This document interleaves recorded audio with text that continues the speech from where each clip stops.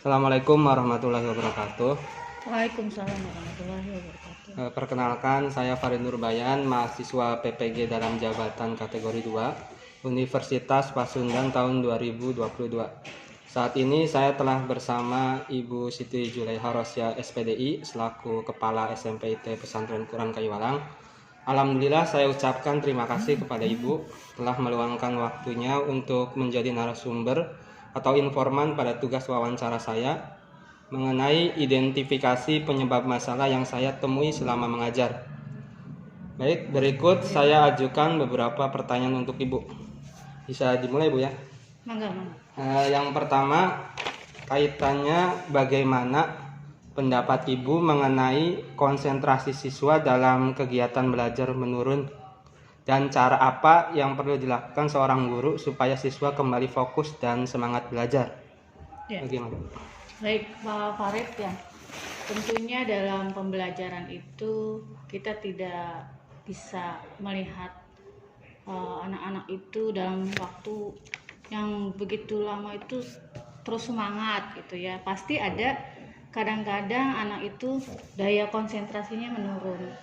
Nah, ini ada beberapa faktor yang mempengaruhinya, baik faktor internal anaknya ataupun eksternal.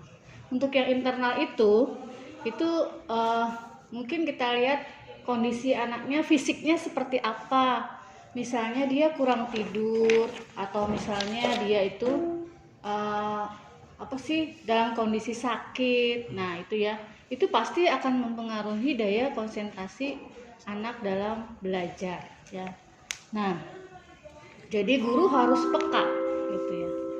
Nah itu faktor-faktor internalnya ya. Selain fisik juga tidak kalah hebatnya faktor psikis jiwa si anak.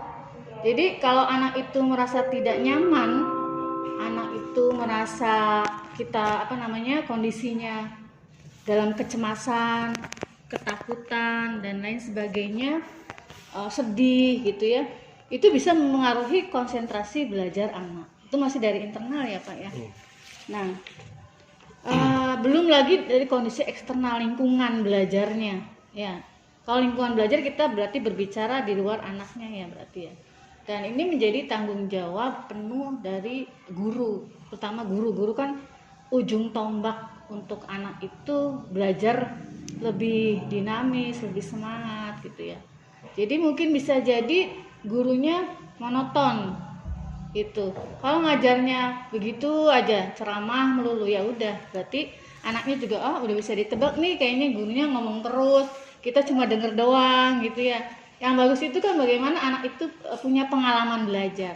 Jadi dengan pengalaman belajar itulah anak semakin tertantang ya. Oh nanti saya pelajaran Bu ini akan begini gitu ya, akan bisa mengeksplor dan lain sebagainya gitu ya. Oh kalau bu guru ini enak bisa keluar kelas gitu ya. Nah itu yang menjadi penyemangat anak untuk antusias belajar gitu ya. Jadi konsentrasinya mau tidak mau akhirnya terfokus gitu, terfokus ya, semangat belajarnya. Dan tadi tidak kalah penting bagaimana guru juga ketika di awal-awal itu awal waktu yang baik untuk membuat konsentrasi belajar, untuk memfokuskan anak belajar lewat ice breaking ya. Mungkin kalau untuk internal bisa ditanya anak-anak sekarang seperti apa ininya perasaan kamu, sok ungkapkan. Bahkan ada sekolah yang waktu masuk itu emosional ada emoticon, itunya sudah ditempel tuh Pak. Masuk misalnya lagi senyum berarti anaknya lagi gembira, atau misalnya anak lagi sedih itu ditempel ini yang sedang sedih kenapa gitu ya. Jadi seperti itu Pak mungkin ya. Ya itu tadi caranya perhatian guru berarti ya. Kalau tadi kan sudah penyebabnya ya Pak ya, kenapa sampai menurun konsentrasinya. Nah berarti caranya nanti kita bisa lebih empati, lebih peka kepada anak-anak kita gitu ya. Tidak hanya sekedar transfer ilmu gitu ya. Transfer ilmu mah gampang kan, kita lihat HP banyak ya, mau tanya tentang apa aja ada. Tapi yang penting adalah bagaimana membentuk karakter anak itu menjadi lebih baik dan lebih baik gitu ya. Jadi perhatian guru ya. Juga yang terpenting adalah bagaimana menumbuhkan tadi kesadaran anak tentang belajar. Jadi harus ada menumbuhkan kesadaran belajar itu, anak-anak nanti harus merasa butuh terhadap belajar. Oh iya, saya tuh kenapa saya harus belajar gitu ya kan? Maka itu muncul dari kesadaran si anak. Jadi membangun kesadaran anak ya. Terus kita juga harus menghilangkan hambatan-hambatan belajarnya anak. Kenapa gitu kan? Mungkin bisa jadi sisi ekonominya, keluarganya seperti apa. Bisa jadi anak-anak broken home itu memang baru-baru mau belajar Pak, mikirin kondisi keluarga aja udah carut marut gitu ya. Nah itu seperti itu. Jadi sebetulnya banyaklah kita juga ajak anak misalnya berdialog, ngobrol di sela-sela waktu. Itu kan untuk pendekatan emosional guru. Kalau anak sudah emosionalnya sudah dekat, insya Allah apa yang dilakukan guru itu akan didengar oleh anak-anak ya, dan itu akan menjadi motivasi anak untuk semangat belajar. Itu mungkin Pak Farid ya. Ya, terima kasih Bu atas jawabannya. Untuk pertanyaan selanjutnya Bu, saya pribadi itu masih belum paham dalam penerapan pembelajaran diferensiasi. Nah, menurut Ibu selaku kepala sekolah, bagaimana penerapan pembelajaran diferensiasi di kelas? Kelas ya Pak, penerapannya berarti ya? Iya Bu. Ya. Untuk kalau misalnya kita menyamaratakan, namanya manusia itu kan berbeda-beda ya Pak. Iya. Jadi kita memandang anak-anak itu sebagai makhluk Allah yang berbeda-beda, yang unik. Setiap anak dengan keunikannya itu kita harus melakukan pendekatan juga yang berbeda. Ada tipe anak, mungkin kalau kita lihat misalnya pada awal-awal masuk sekolah itu biasanya anak itu dites Pak, namanya tes multiple intelligency. Nah dari situlah nanti kita akan mengetahui gaya belajar anak. Kalau kita sudah mengetahui gaya belajar anak, maka nanti insya Allah pendekatan kita terhadap siswa juga akan semakin semakin dekat dan semakin bagus. Kita akan tahu, oh si anak ini gaya belajarnya dengan visualisasi, ada yang audio saja sudah cukup, ada yang justru kinestetik, yang harus bergerak terus. Itu ada sentuhan, ada perlu ada mengeksplor gitu ya, bekerja dan lain sebagainya. Makanya perlu adanya proyek pembelajaran seperti apa yang harus dirancang oleh seorang guru. Jadi ada juga anak mungkin yang dari sisi latar belakang keluarganya berbeda, mungkin pendekatannya beda. Ada yang sisi anak yang dari orang-orang status sosialnya ini juga mungkin pendekatannya harus berbeda, seperti itu. Baik Bu, terima kasih kembali.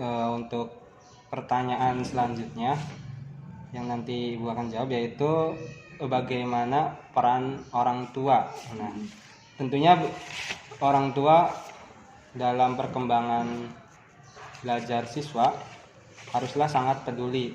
Namun ada saja orang tua yang seakan tidak peduli dengan perkembangan anaknya selama di sekolah. Bagaimana pendapat Ibu?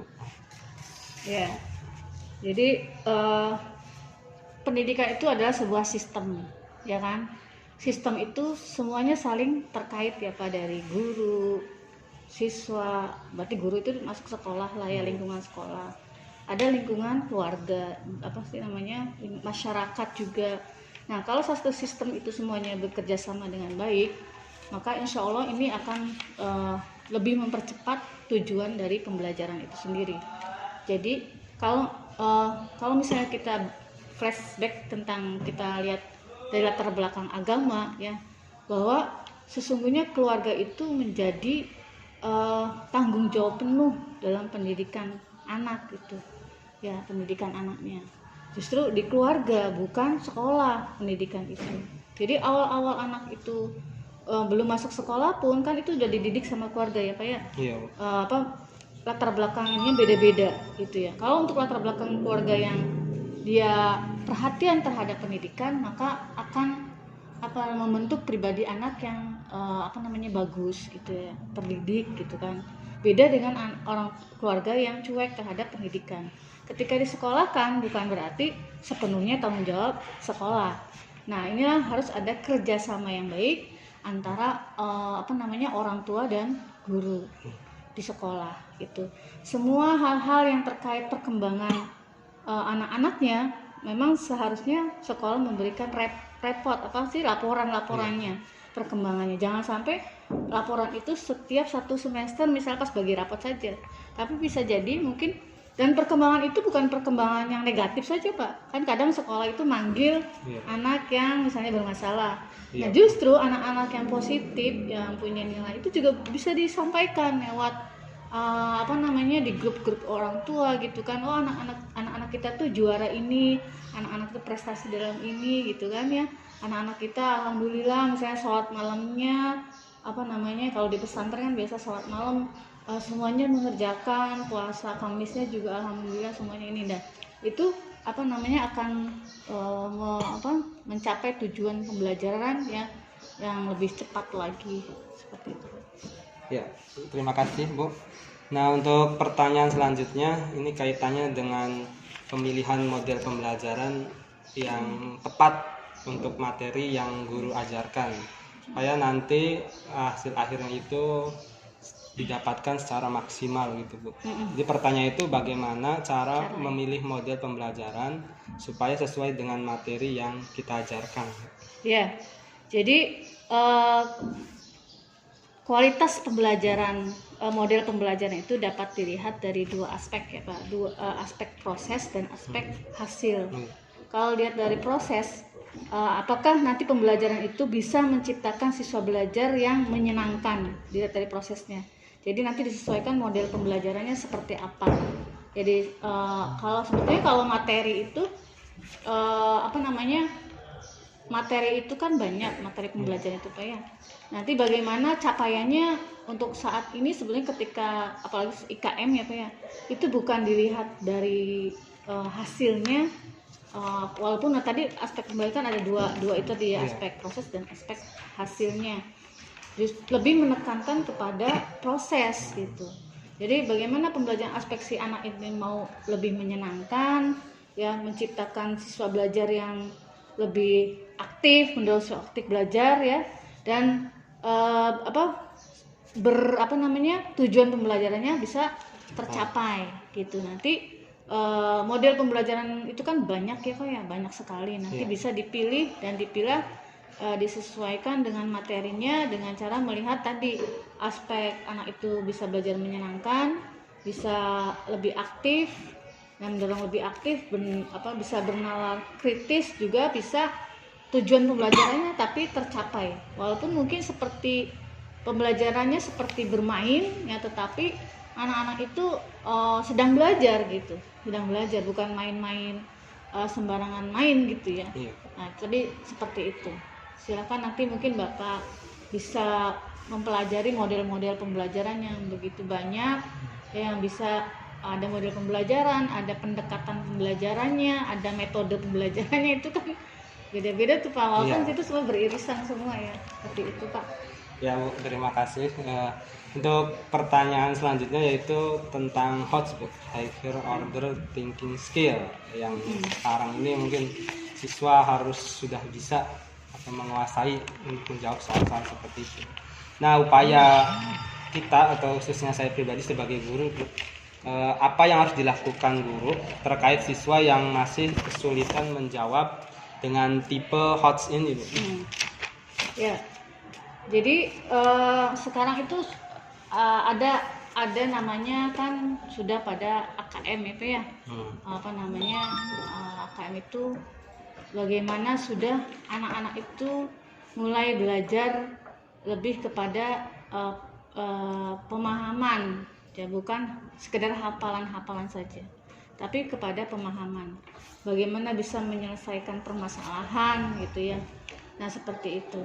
Nah nanti yang HOTS ini itu arahnya ke situ, dan kita harus memperbanyak seorang guru itu kegiatan dari literasinya itu ya, literasi. Jadi menyiapkan nanti anak-anak itu lebih berpikir tadi ya, bisa menyelesaikan HOTS tadi. Jadi berpikir kritis ya, menyelesaikan masalah, bisa memutuskan kebijakan gitu ya, memutuskan dari situ. Nanti bisa dilihat berpikir secara sistematis juga ya, dilatih seperti itu